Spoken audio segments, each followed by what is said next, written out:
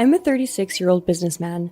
My wife, Abby, is a part-time housewife. We've been married for 4 years, but we haven't had much success having children.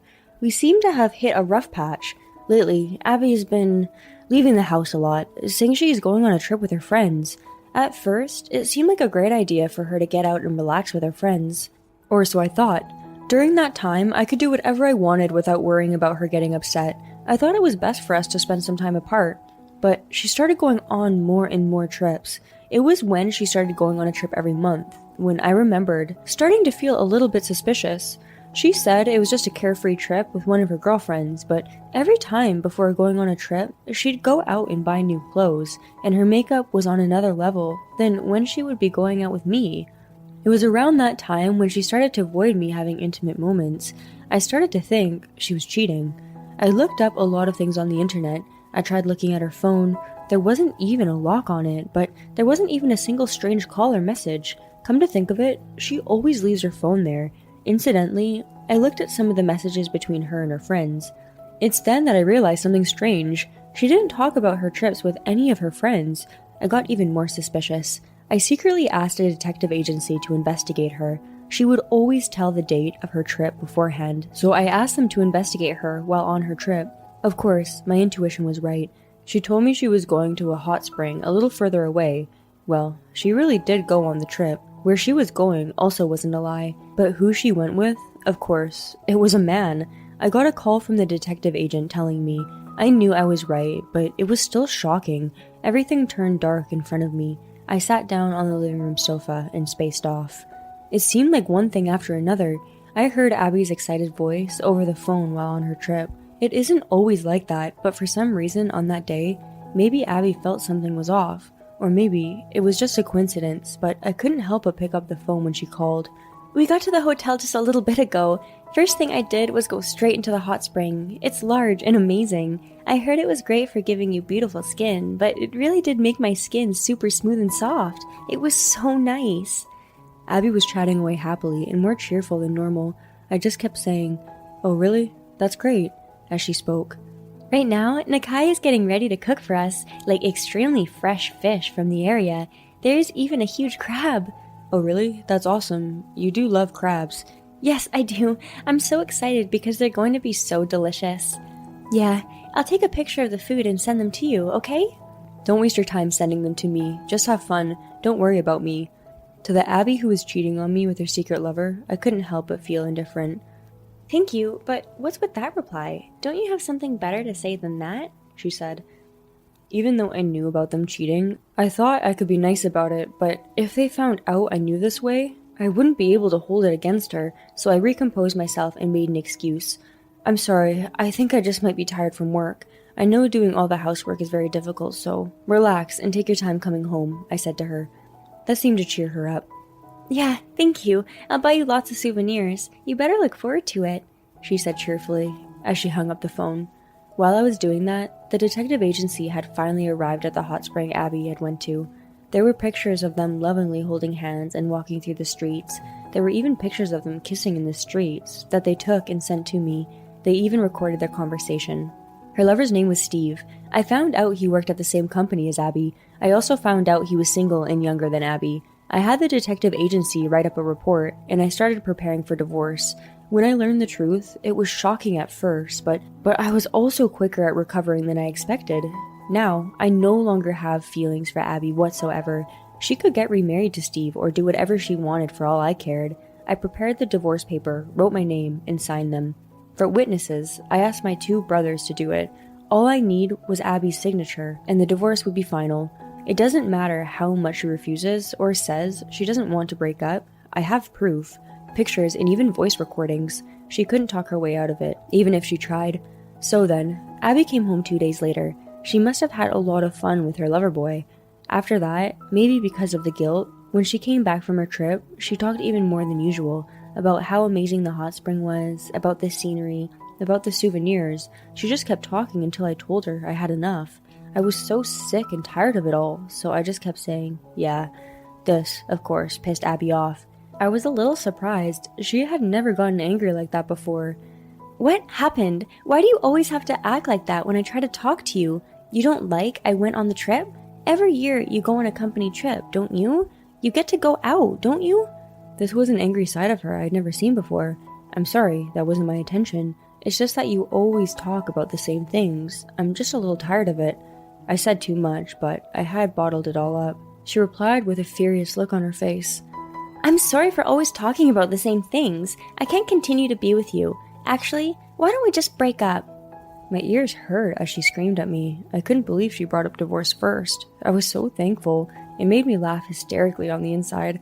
Of course, I didn't let that show on my face. Why did it turn into this conversation all of a sudden? If we broke up, where do you think you will live? I asked rather aggressively. Huh? Of course, I'll be living right here. You're the one who caused this mess. It's your fault. You get out.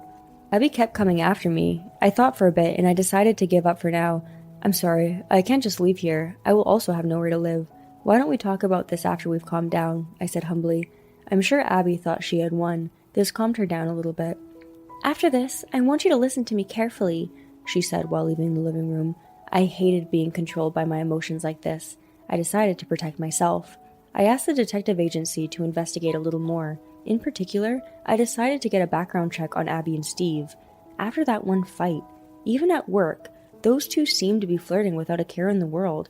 Before, in the company, not many people knew about their relationship, but because of their bold behavior in front of everyone, they became the talk of the company, almost immediately. Now, there isn't a person that doesn't know about their relationship. On the other hand, from that point on, Abby and I continued to grow apart.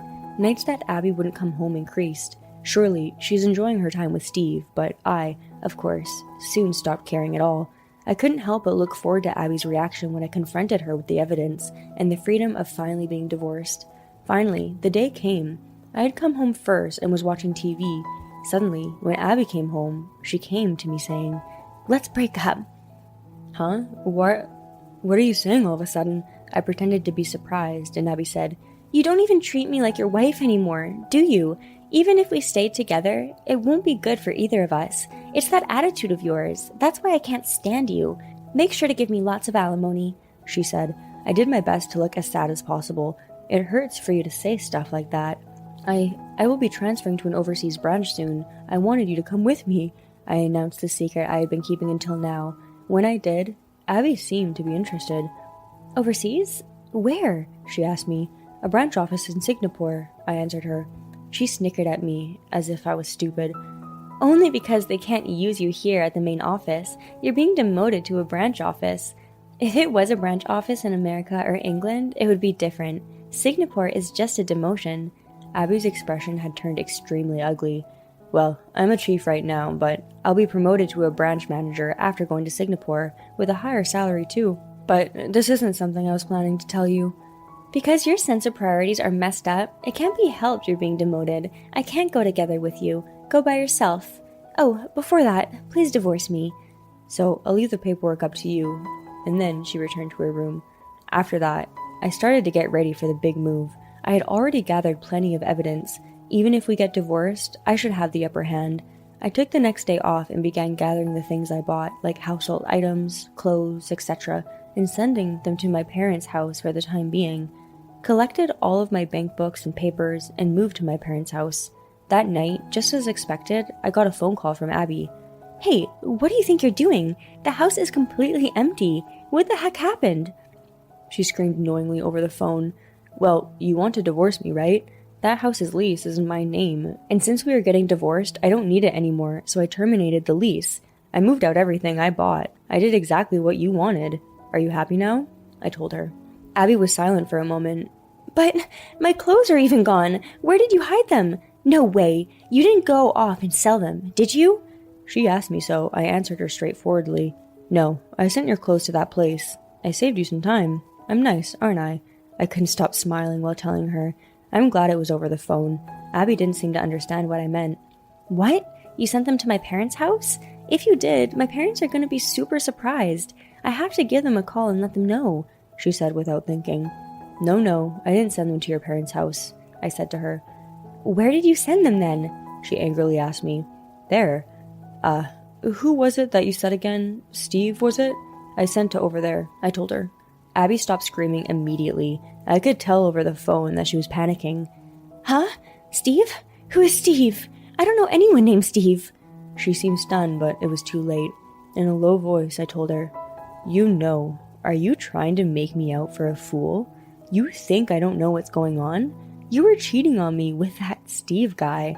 I had it thoroughly investigated. Well, I'll break up with you. Have a great life with Steve. On the other side of the phone, Abby was saying, what?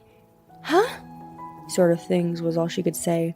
She didn't have the words to speak, it seemed, so I said it. The one who committed adultery was you. I'll be the one to receive the alimony. I'll make sure of that. Then she finally said something.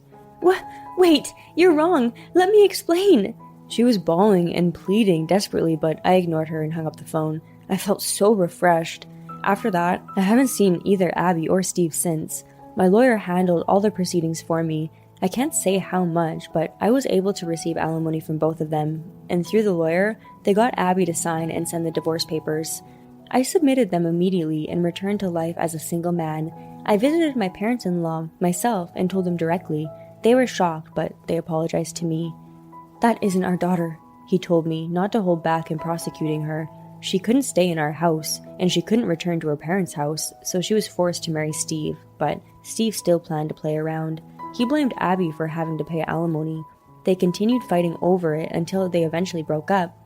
Furthermore, their relationship became the talk of her workplace. It became difficult for Abby to continue to work there. I heard she ended up quitting. At the moment, in order to pay for the alimony, I heard she works all different kinds of part-time jobs without any days off. She seemed to be having a difficult time keeping up with her bills.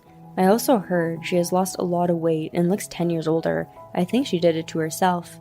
I'm very happy and I don't feel sorry for her at all. Now I'm in Singapore, loved by my subordinates and a successful manager. My job is going amazing.